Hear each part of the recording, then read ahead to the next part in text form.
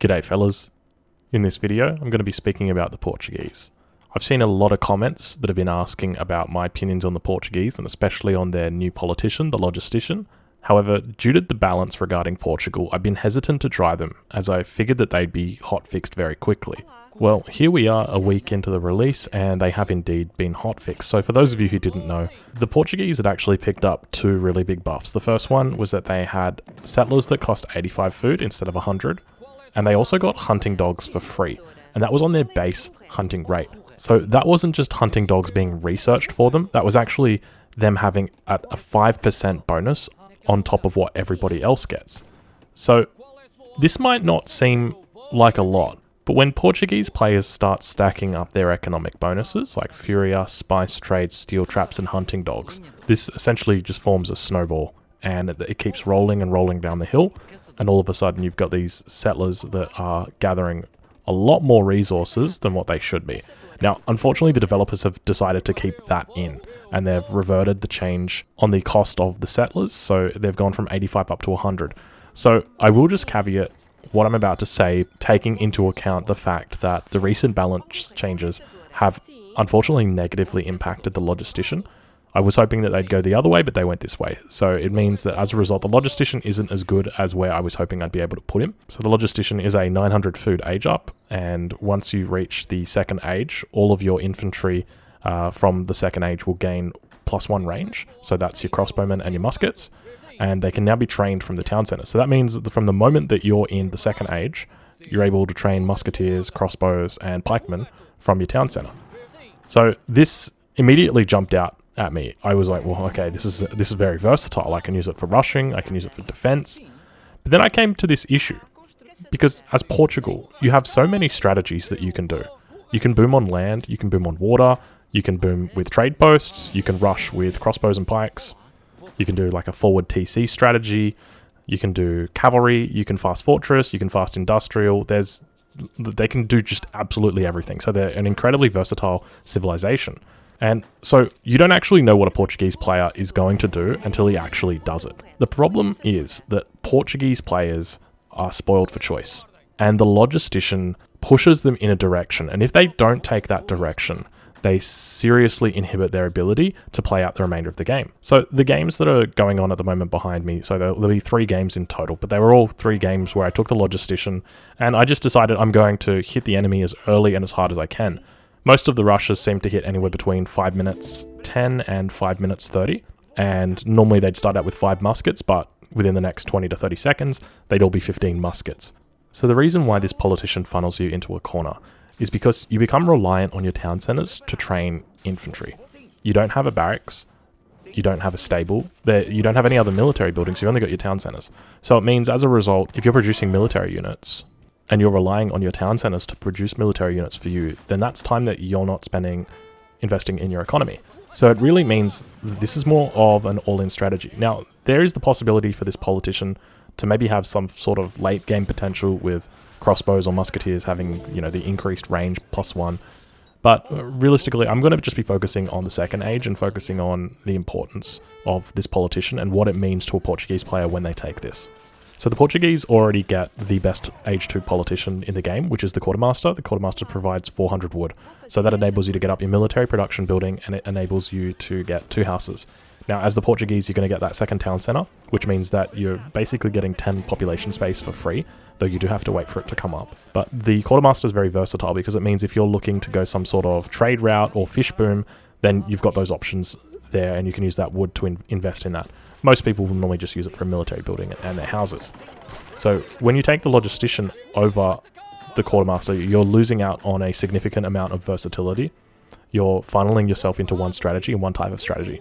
And if that strategy fails, you will most likely lose the game.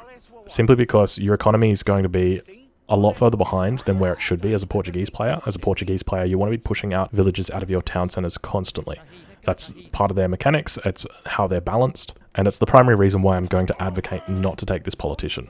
So when the most recent patch notes dropped, and we did see that the Portuguese retained their 5% base hunting rate bonus, and their villager cost increase. So what that meant for the Logistician was that you start with 7 settlers, and normally you want to age up with about 12 to 13 depending on what your treasure situation is looking like, which means that now you're going to be needing to pay an extra 75 to 90 food. So that's a fair amount of villager seconds.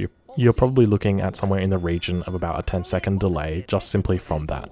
So that's nerfed the Logistician massively, because the whole idea behind the Logistician is hit them hard and hit them fast. You want to get in there real quick, but you can't really hit them as fast. Like, you're always going to be doing delayed things. And then on top of that, they've now got this 5% buff. Well, I mean, they've always had this buff, but they're retaining this 5% buff. And as a Portuguese player, you need to be utilizing this buff as much as you can, which is why instead of going for the Logistician, I'm going to be encouraging people to avoid it and to play into the strengths of the Portuguese by taking the cards Spice Trade, by taking the cards Furia, and by attempting to obtain map control in the second age. Now, you can do this without the Logistician. The Logistician, all he's going to do is he's going to complicate your build order, he's going to complicate your economy, and he's going to complicate your game. So realistically, for newer players especially, it's best to avoid the Logistician, because it really is a cheese strategy is the best way to describe it. It's an all-in, and it is an all-in of the most greedy types. So you can make it work. In the videos that are playing at the moment, I've been able to make it work. Now, unfortunately, I haven't been able to be up against players that have been able to defend against it successfully, though at the same time, I acknowledge that not all of the players that I'm playing against have studied their build orders as well as I've studied mine, so I don't expect them to be able to do that. If I'm going up against somebody who's evenly matched with me, I don't expect this to be anything particularly strong or out of the ordinary that they're not going to be able to deal with. It does hit fast, that's true. When you're talking about this 5 minute 10 time frame, that's a fast rush, but it's not something out of the ordinary. It's not something that people don't deal with all the time. That's a standard Russian time. That's a standard Ottoman time. So it really just means that as a person playing against the Portuguese, you just really have to be aware of where their town center is going to be positioned.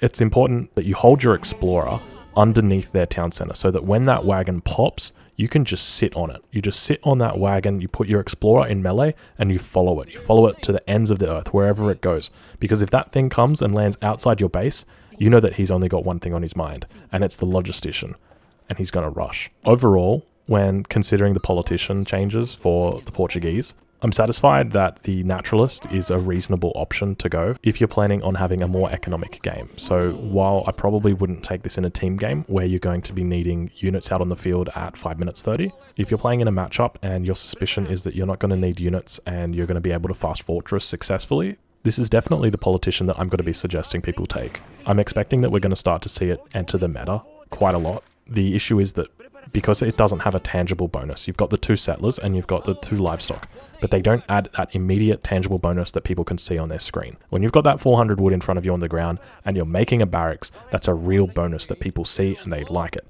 So it's going to be something that is difficult for people to accept entering into the meta, but as strategies orientate towards these more economic focused strategies, like we will see with Portugal, my suspicion is, we're hopefully going to see this politician enter the meta a lot more. So while the Logistician change for the Portuguese overall, it adds to their absolute plethora of strategies. It's best, especially for newer players, to avoid taking this politician because it can become a trap. Because you start to use your town centers as barracks, and when you're using them as barracks, you don't train settlers.